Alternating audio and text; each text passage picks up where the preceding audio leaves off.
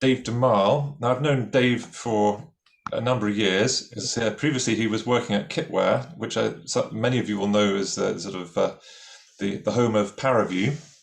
But since then, he's jumped ship and he's now at Intel, working on their advanced visualization systems. And I think he's going to talk to us a bit about OSPRay and black holes.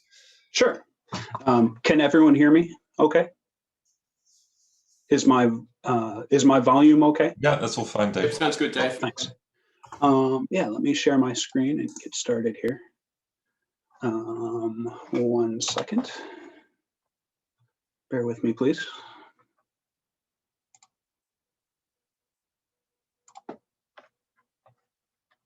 Okay. Sorry, 1 second. Screen. Okay, you can see my slide now? Okay.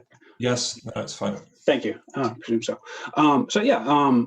As Chris said, thanks for the introduction. I'm Dave DeMarle. Thank you for the invitation to talk at the workshop. I'm very excited to virtually be here.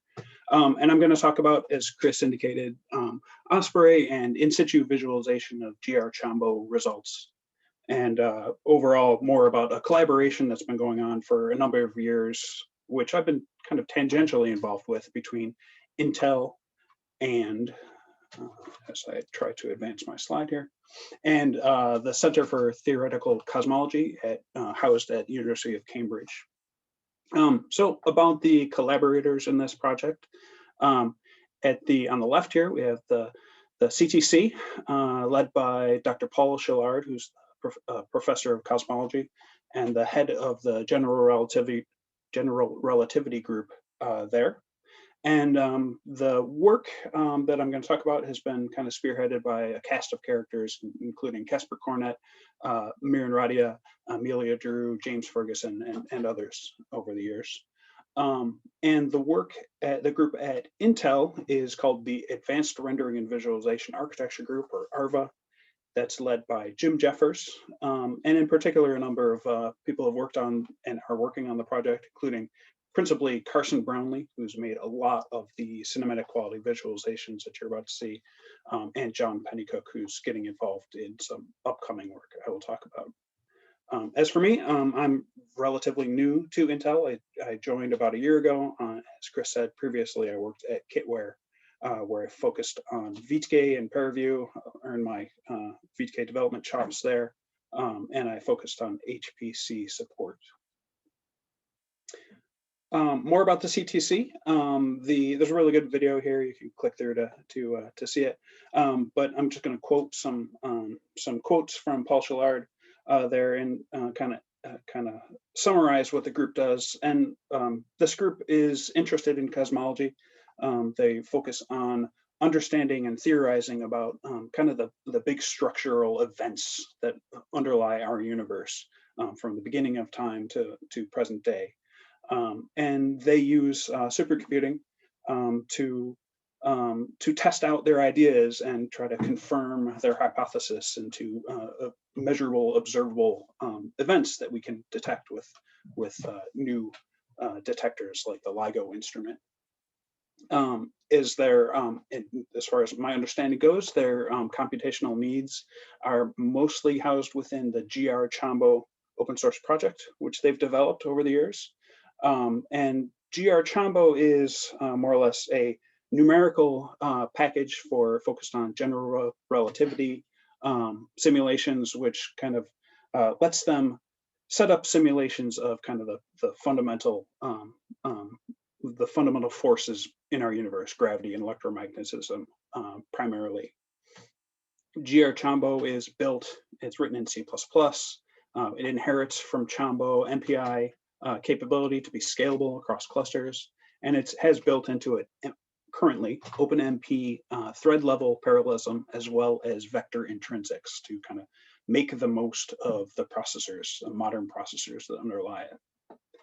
Chombo is a module, or you can think of it as a module or a plugin for Berkeley Labs Chombo AMR package, It's similar to Amrex that speakers were talking about yesterday. It's kind of a competitor to it, but they both solve the same problem. That is, they provide the infrastructure for doing computations on AMR data, which is kind of exemplified up here in the top right by these kind of finer and finer resolution regular grids. So they're quite space saving. So GR Chombo. So Chombo provides the infrastructure for working with AMR data, and GR Chombo provides the understanding of the physics phenomenon that you see in these objects, and making sure that they kind of behave as they do in the computer, as they do as we think they do in real life.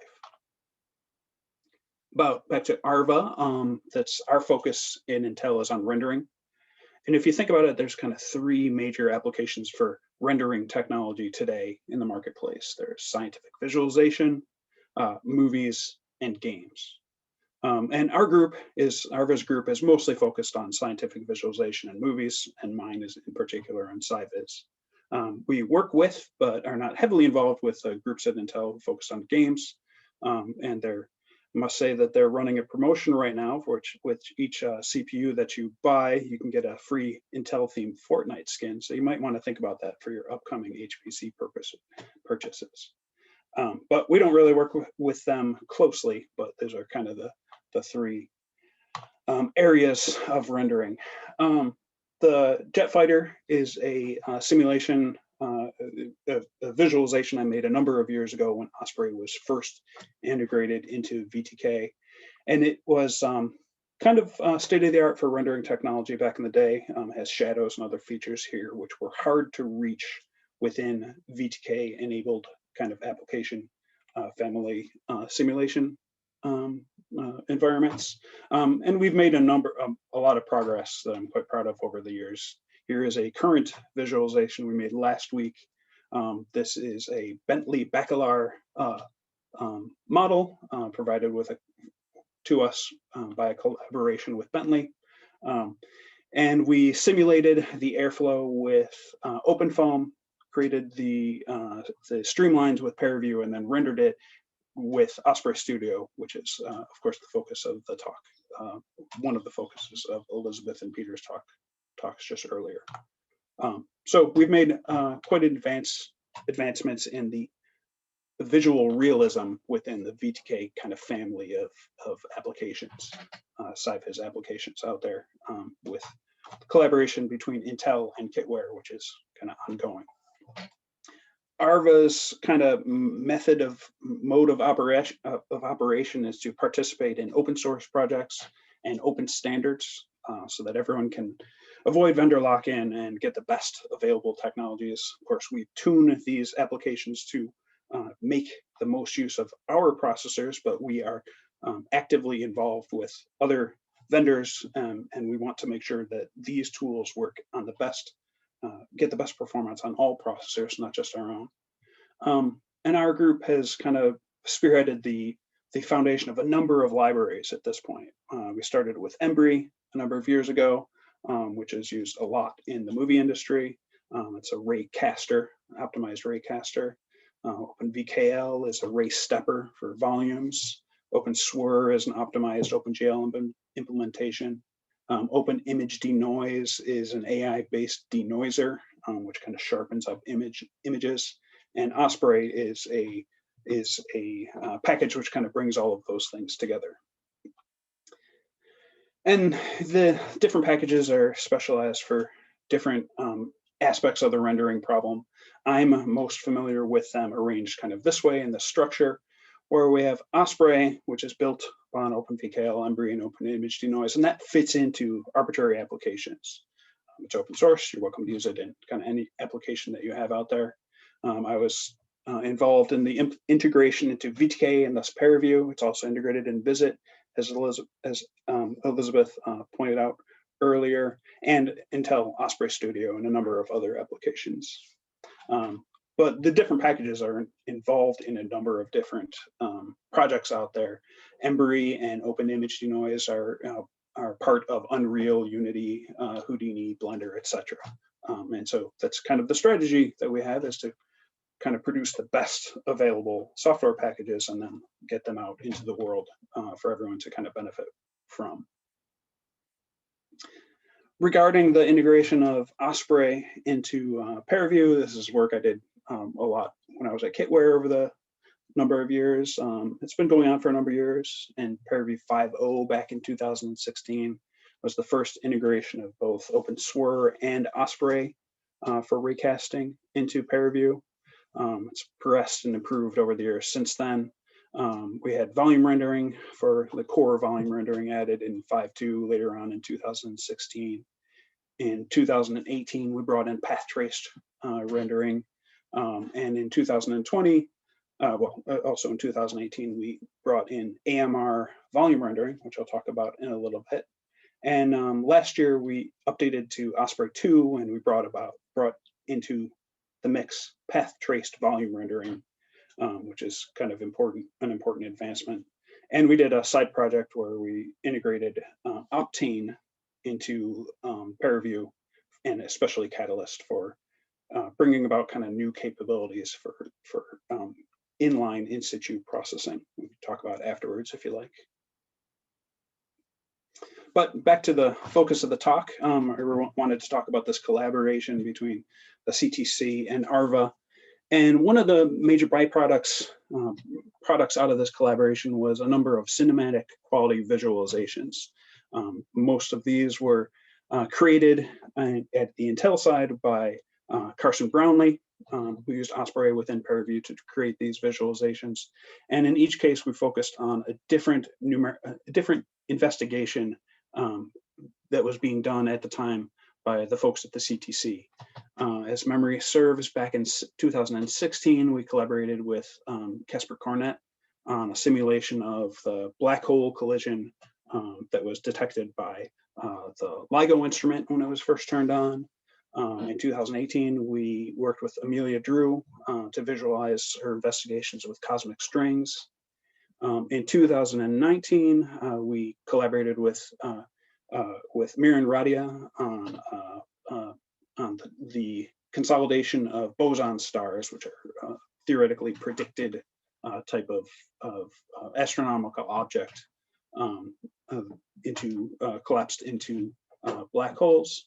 And last year, we again collaborated with Miran on an aspect of collapsing black holes.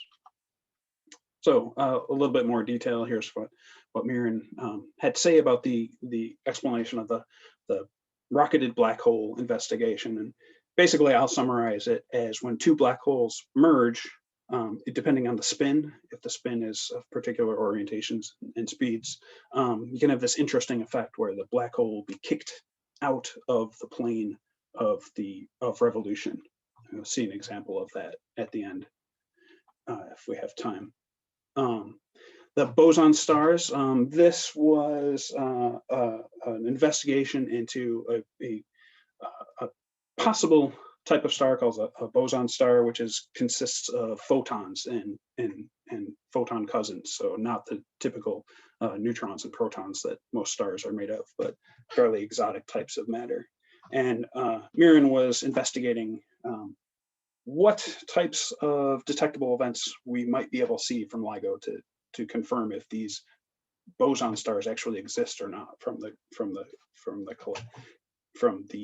collapsing events.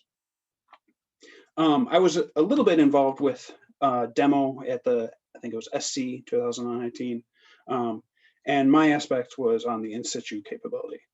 So how in-situ works in our case, in this family of tools, you may be familiar with ParaView. It's scalable because it has a kind of a reconfigurable architecture.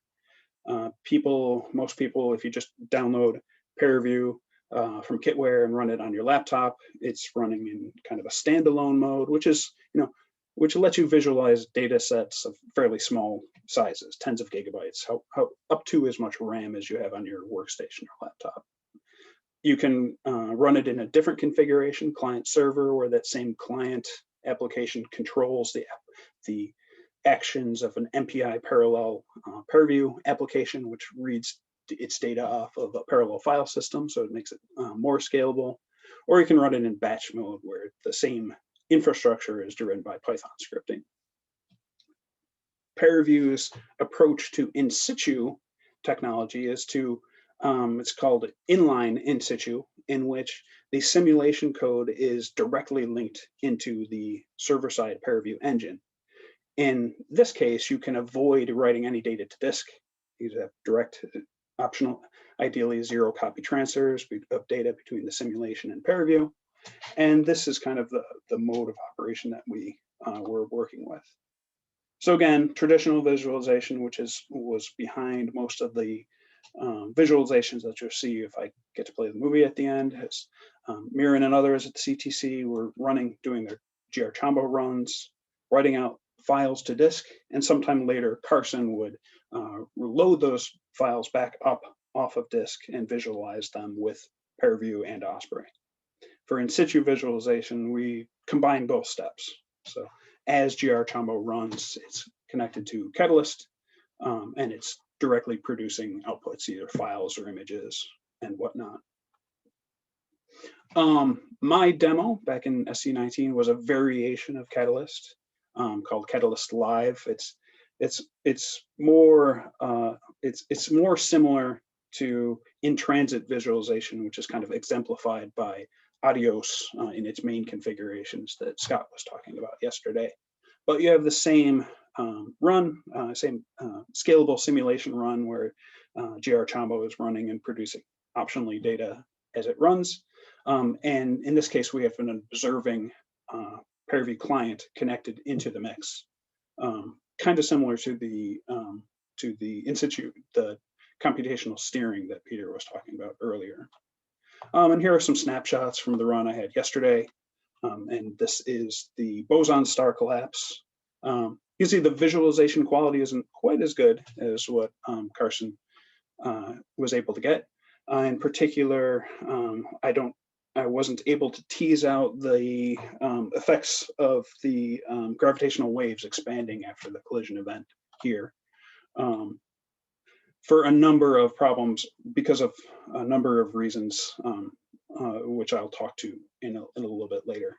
I'm going to take a quick break and try to share a view of the run, because I have it running right now on TAC, and if I can navigate my Zoom controls, I will get us over there. If not, I may have to do this in a second here.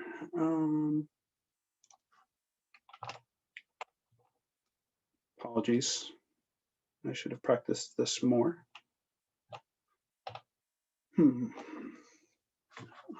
Okay. One more second here. Try to share a different screen here.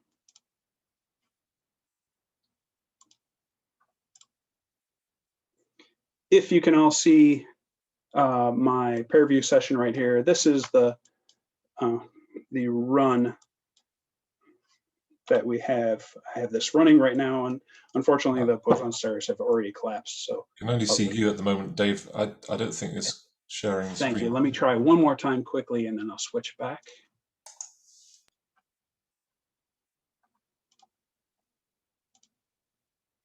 Thanks, Chris. Can you see ParaView session right now? Yeah, that's better. Okay.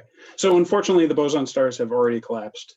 But what I was attempting to show in this visualization was kind of the topological structure of the evolving simulation. So what you see here is that we have Catalyst, which is what the simulation is running, and it has a Python script which tells it to take the data given to it by a GR Chombo and run it through a number of filters, slice planes in X, Y, and Z direction, and then it gives that data over TCP to my observing ParaView session where I can kind of interact with the scene. And if we're lucky, we can see the time evolving and the data ranges changing here. But occasionally when you watch this, you can see the AMR grid kind of evolve over time. Okay, and I'll try to switch back to the main presentation now.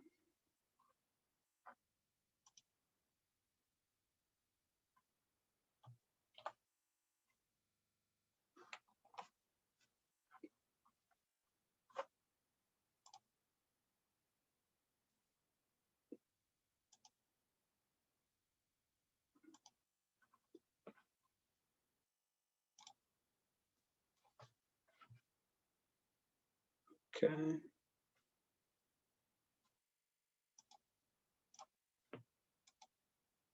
Sorry for this. Just have a slide or two left.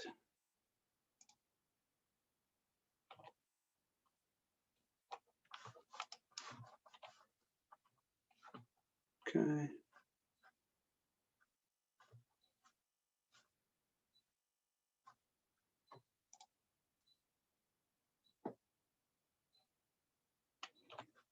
Sorry, my PowerPoint is not cooperating with me right now.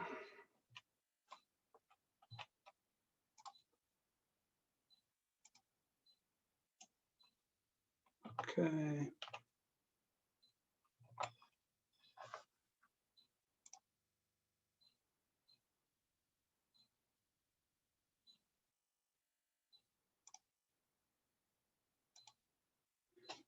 Okay, back to the show. So one of the other reasons why that visualization was not terribly compelling is because I had to work around a number of kind of difficulties, which kind of come up in situ processing, and inherent limitations in the software that we've been working on. Carson's visualizations looked a lot better because he was using volume rendering, and there's a technical problem with volume rendering in ParaView for AMR data that we kind of had to work around. That is, volume rendering typically depends on depth ordering. So in a traditional like structured data approach on two different processors, it's fairly easy to get a depth ordering so that you can blend the opacities correctly. So if we have processor 0's data, we might send a ray through processor 0 and then through processor 1 and get a correct image. Or for rasterization, we might volume render processor 1 onto a black screen and then processor 0 onto a black screen and then blend them together to get a correct image. And AMR kind of presents a problem for this, is that the depth order is not obvious. So here we have a result which is common in Chombo and Mbrex, in which we have processor 1, which has highly refined data blocks, which are entirely within processor 0. And currently, ParaView doesn't handle this. In upcoming work, we're proposing to fix this problem within ParaView or Chombo or OSPRay, and we'll use the simple technique of applying a BSP, binary space partitioning, to kind of make nice convex regions out of the AMR blocks, which we can then order kind of easily and get correct volume rendering in parallel with in the future. So the CTC group and the ARVA group, and as well as Kitware, are going to take part in ExCALIBUR project. The proposal that we have in flight involves not only just this fixing of this particular technical problem of parallel volume rendering, but a bigger goal is porting the GR Chombo code to make use of accelerators. This is where John Pennycook at Intel is going to get more heavily involved. And we're envisioning a data parallel C++ port of GR Chombo, which will make it runnable on not only Intel's upcoming GPUs, but everyone's GPUs, as well as being optimized to run on massively parallel CPU architectures. So kind of everyone will win. Other aspects of the collaboration we see are in situ hardening. So, addressing a number of problems that come up when you're running Catalyst on GR Chombo problems, and testing it on upcoming systems. I'm heavily involved in the Aurora visualization effort, so I easily see that we'll be running GR Chombo on Aurora in the future. Another goal is general training and outreach. We'd like to integrate these in-situ techniques into other widely used AMR codes, and we'd also like to kind of get the best practices out to the developer community. And I think I will just run this video. You can see it here in the background while I attempt to answer questions. The video goes through and shows the cinematic quality visualizations produced by Carson and the CTC folks, and it kind of explains kind of the science behind these different cases that I've talked about. Chris, I think I'll open it up for questions. How did I do on time? Thanks very much, Dave. Really interesting. So we haven't actually got any questions in the Q&A box at the moment. If anybody wants to put any in, they're very welcome to. But maybe, I mean, I could ask a question. It seems like if we're talking exascale, really what you're saying is that approach with Catalyst is the only way to go. No, I wouldn't say that. I think it's a very good approach. So within in-situ techniques, there's kind of two families. There's inline, which is kind of exemplified by PairView, where it's Catalyst, where they're directly linked together. And there's also in-transit approaches, which are kind of exemplified by Adios. They each have their advantages. And there's good papers out there in the Viz community recently about comparing the two different approaches. So they each have different challenges, and they each have different kind of scalability aspects. But either way, you're not saving the whole data set to disk. I mean, that's basically what you're saying. Yes. Yep. Yeah. You're doing kind of you're doing kind of data resolution reduction in a variety of different ways in both cases. I guess it requires a sort of change of mindset, because I mean, if you're running one of these big computations and it might take a few days, let's say, you're going to have to keep on checking in on it, looking at features, see what you might miss something interesting if you're not watching it right at the right moment. Yep. Yeah, and that was interestingly, that was one of the features of the Optane work that we did last year. Is like I proposed for inline in situ that you keep a temporal cache of data around as the simulation is running. So rather than process each time step in turn, which is kind of the most common way to do things currently, if you have a little bit of available memory, like a burst buffer or an Optane system with more RAM than the simulation needs, you can store. It's entirely feasible to store kind of a buffer, a running buffer of the data that's being produced. And then if your pipelines are clever enough, you can detect and handle unexpected events. So I think that's a promising technique for the future. Yeah, I mean, it's kind of related to the stuff we saw yesterday with mGuard, right? Yep. Yeah. But yeah, you're very right. And the in situ common criticism of in situ visualization in general is that you don't have as much control. If the human is out of the loop and you don't have all the data, then there's a possibility to lose information. But I guess maybe it just requires a change of mindset to treat these things more like a lab experiment rather than just something that's recorded. Yes. Yeah, I agree. That's a good way of thinking about it.